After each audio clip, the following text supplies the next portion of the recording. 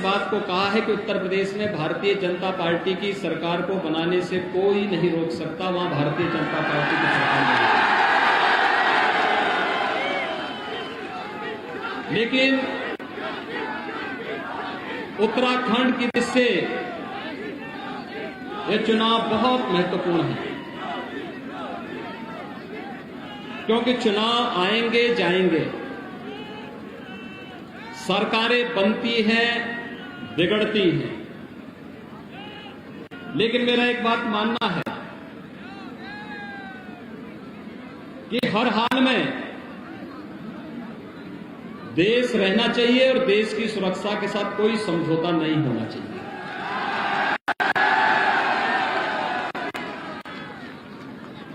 ये सीमांत राज्य है और सीमांत राज्य की सुरक्षा बहुत महत्वपूर्ण है। दूसरा, उसके लिए मोदी जी हैं, सुरक्षा के मुद्दे पर, विकास के मुद्दे पर मोदी जी के नेतृत्व में भारत सरकार कार्य कर रही है। लेकिन उत्तराखंड की सीमा उत्तर प्रदेश से जुड़ी है। यह तय है कि आज उत्तर प्रदेश कोटद्वार से, पौड़ी से, यमकेश्वर से जब पहले लोग दिल्ली की तरफ जाते थे तो रात्रि में जाने से डरते थे। 17 के बाद परिवर्तन देखने को मिला होगा। यद्यपि मेरा प्रयास रहता है कि माफिया और अपराधियों के खिलाफ कार्रवाई ऐसे करो कि वो उत्तराखंड की तरफ भागने की स्थिति में न रहे, और बहुत शालीनता के साथ हम लोग वहां उनके खिलाफ कार्रवाई करते हैं। लेकिन फिर भी कोई रेंगता वहां जीव उत्तराखंड की तरफ आएगा तो उत्तराखंड की सुरक्षा पर सेंध लगाएगा। और इसलिए भाइयों बहनों, जब उत्तर प्रदेश, उत्तराखंड और देश के अंदर एक जैसी विचारधारा की और एक पार्टी की सरकार होगी तो वह सरकार न केवल विकास कराएगी, डबल और ट्रिपल इंजन के भाव के साथ कार्य करेगी, बल्कि सुरक्षा का एक बेहतर वातावरण दे देगी। नहीं तो मुझे कहीं कोई संदेह नहीं, हर दल में अच्छे प्रत्याशी हैं। कोटद्वार में सुरेंद्र सिंह जी भी अच्छे प्रत्याशी हैं, लेकिन गलत दल में है। इतने गलत दल में हैं, और मैं उनसे अनुरोध करूंगा इस बारे में कि कांग्रेस को डुबोने के लिए तो भाई बहन ही पर्याप्त है, किसी और की आवश्यकता ही नहीं है। किसी और की आवश्यकता है ही नहीं वहां।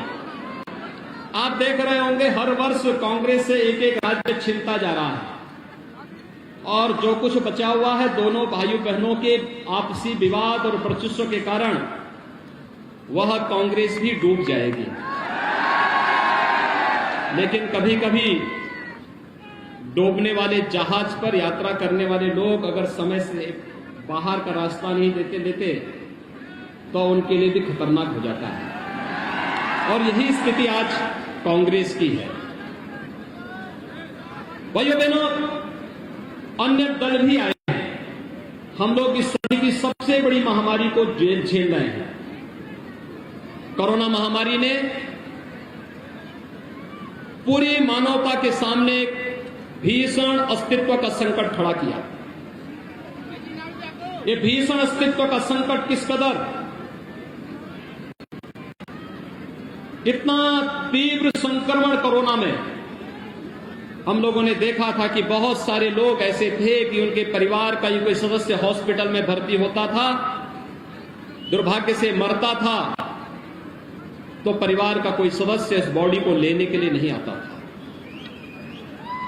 संवेदनाएं किस कदर उस समय इस बीमारी के सामने मौन बनी हुई दिखाई दे रही थी, उसका वर्णन शब्दों में नहीं किया जा सकता।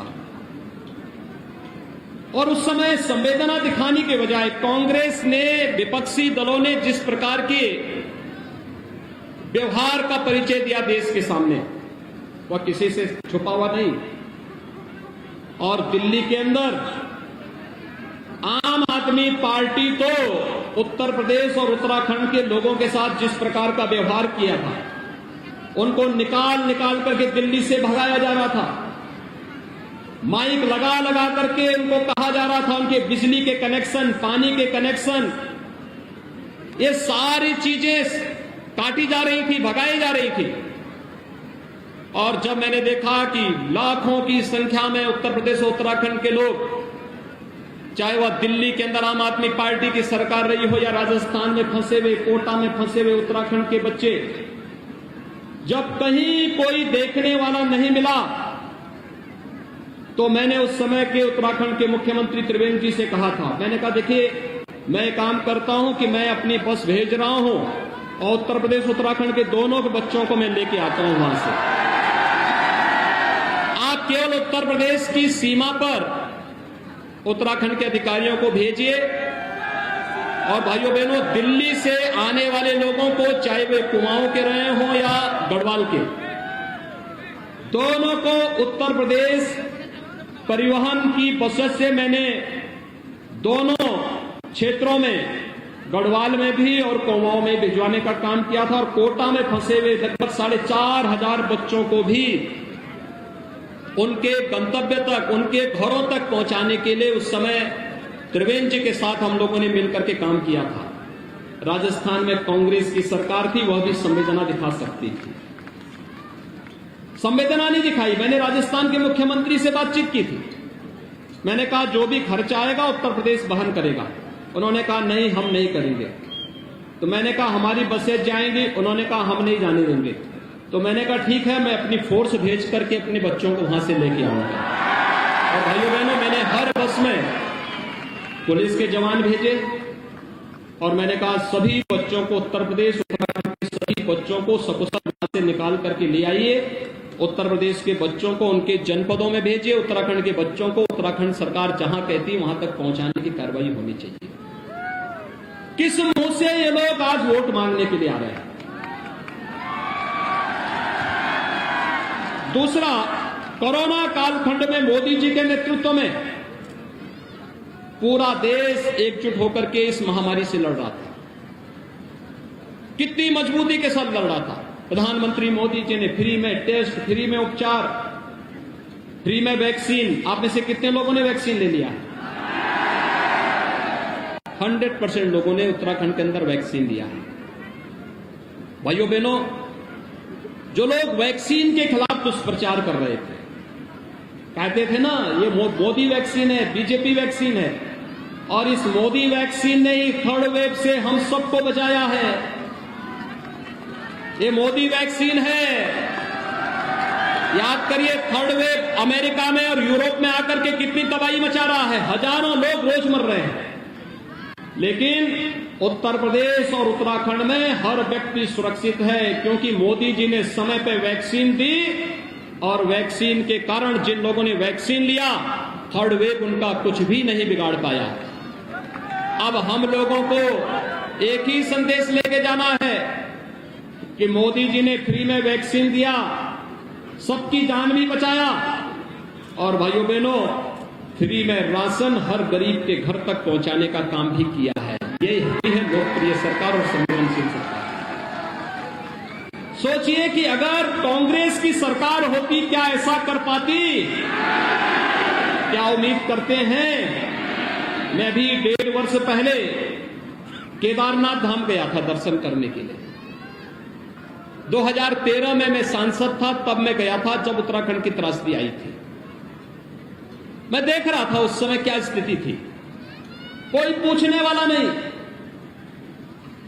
लोग मरे हुए थे, उनकी बॉडी पड़ी हुई थी, लोग बेहाल थे, गांव के गांव बह गए थे, उजड़ गए थे। दिल्ली में कांग्रेस की सरकार थी, उत्तराखंड में भी कांग्रेस की सरकार थी, और उस त्रासदी में भी सरकार मौज मस्ती में व्यस्त थी। लोग मर रहे थे, तमाम प्रकार की अव्यवस्था थी।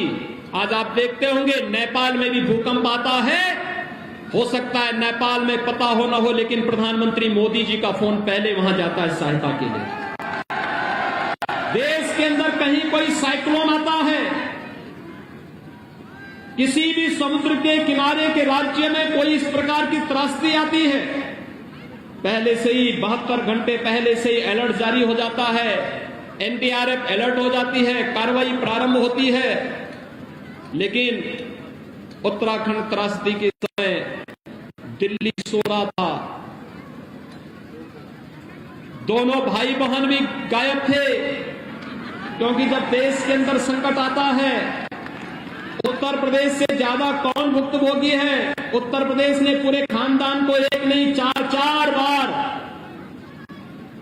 अमेठी से, रायबरेली से, फूलपुर से सांसद के रूप में दोनों यानी देश की संसद में भेजने का काम किया।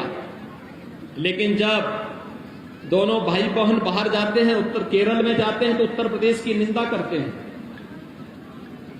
उत्तर प्रदेश के लोगों को बड़ी हेय से देखते हैं, और जब भारत के बाहर जाते हैं तो भारत पर ही उंगली उठाते हैं। उनको भारत के लोगों पर विश्वास नहीं है। और अब तो जिसकी स्वयं की